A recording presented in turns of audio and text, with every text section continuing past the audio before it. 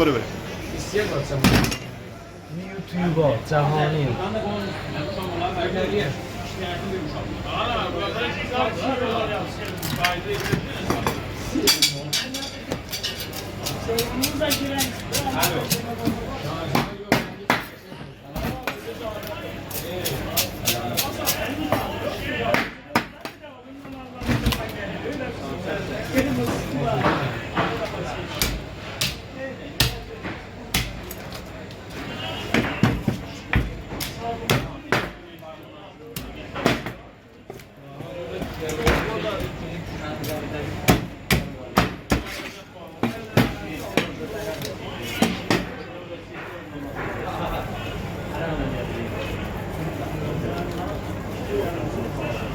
Hele de bizim onu bölgeyi meslekten olsun. Abi böyle kabul olmaz.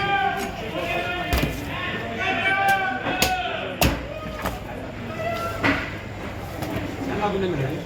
Benim adım Rıza. Güzel. Sen hep bağlı olacağını çünkü akşam enerjisi. Baba ben Ne bir şey dedim. Behter'in balık. Doğrudan. Behter'in balık. Böyle üzüm sürüsüyle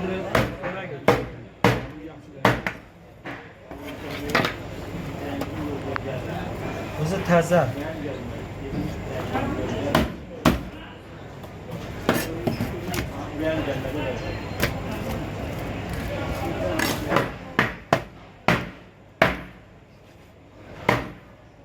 Kim enerjisi? Bizimki değil. Ha? Asıl aynı sen.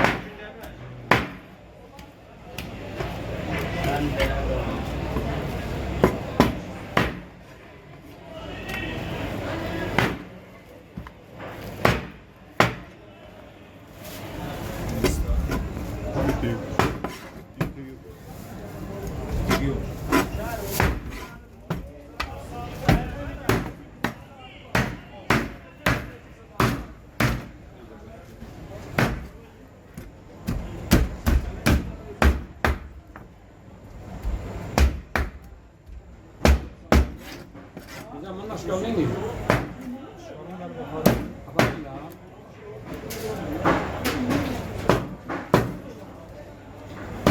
Domatesi yer verelim de onu. Ne, yok pişer. Baktım.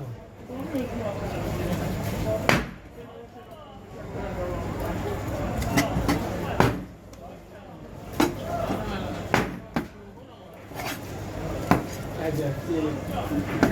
Eğlenceli bir sevgine gayret. Geçen gün çok daha her zaten pazardan muhabbet geç oldu.